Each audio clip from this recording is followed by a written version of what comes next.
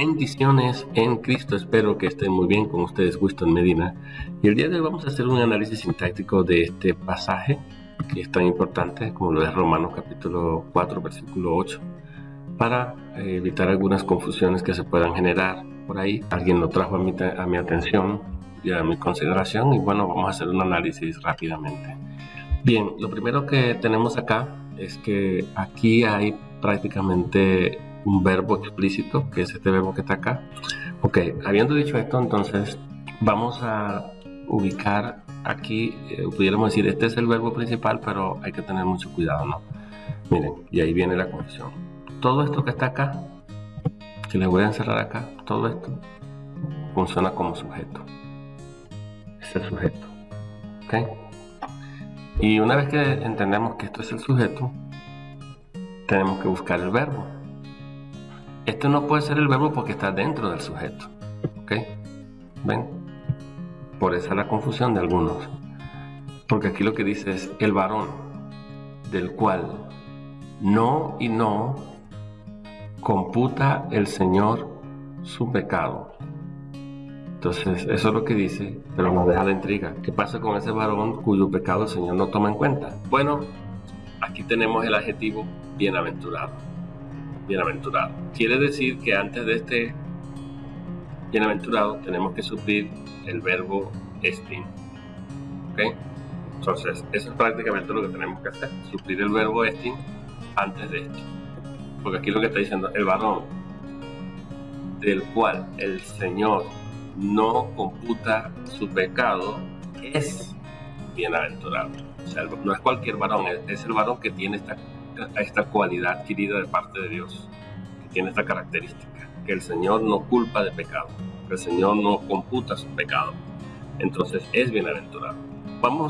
Yo hice un gráfico aquí explicando cada uno de los elementos, se los voy a ir mostrando acá y he organizado el texto para que ustedes puedan comprender. Fíjense acá. Aquí tenemos la palabra, aquí tenemos el gran sujeto, este es un largo sujeto, todo esto, ¿ves? Como se los acabo de mostrar allí, todo esto es sujeto, todo, hasta donde se para acá esta raya, aquí. El varón del cual el Señor no computa pecado. Este es el verbo estin, suplido, es el verbo suplido copulativo más el adjetivo forman lo que se llama un predicado nominal. Predicado nominal. ¿Ok? Que ya tenemos la oración dividida en sus dos constituyentes, sujeto y predicado. Vamos a buscar dentro del sujeto el núcleo. La palabra más importante acá es anir. Este sería el núcleo del sujeto. Pero este sujeto está modificado por toda esta cláusula subordinada adjetiva de relativo.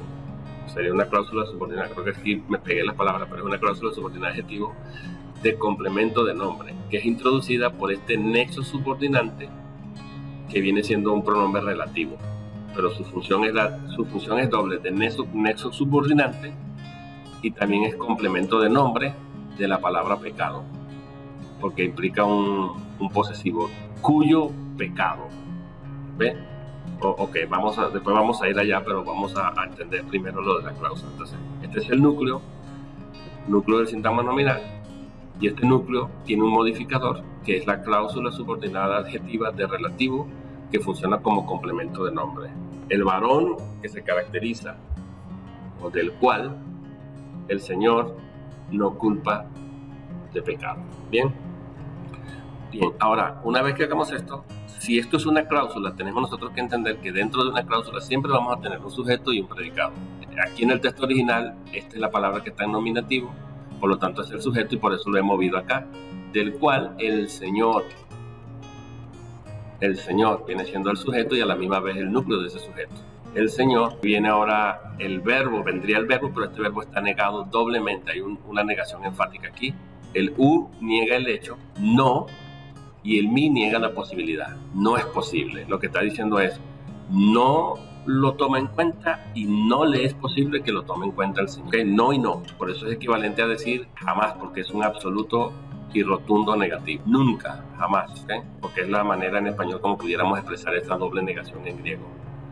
El niega la parte objetiva y el mí niega la parte subjetiva, y el sujeto es Dios. Está diciendo que Dios objetivamente no toma en cuenta el pecado, y Dios subjetivamente no le es posible tomar en cuenta el pecado de ese varón, razón por la cual ese varón es bienaventurado. ¿Okay? Entonces es una doble negación, de manera que aquí estamos frente a un complemento circunstancial de negación enfáticamente doble.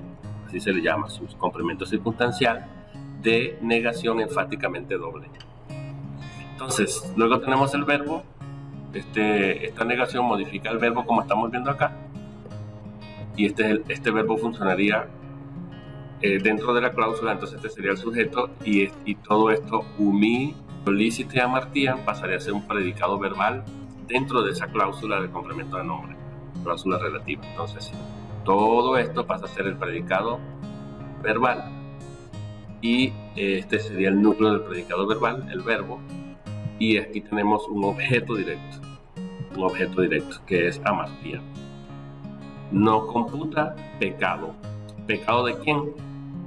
De ese varón, de él. Entonces esto es parte del complemento directo. Por eso le digo que también funciona, pero que funciona también como un complemento de nombre, porque modifica a amartía. Por eso he puesto una flecha aquí en su doble función. Funciona como un nexo subordinante, porque es un pronombre relativo, un nexo subordinante que me introduce esta cláusula subordinada adjetiva de relativo, y a la misma vez funciona como un complemento de nombre que me modifica a pecado. Es como decir, el varón cuyo pecado el Señor no computa, o no toma en cuenta, o no considera, no estima, todas esas posibilidades están allí, es bienaventurado, predicado nominal. La oración en sí toda es una oración atributiva, ¿ok?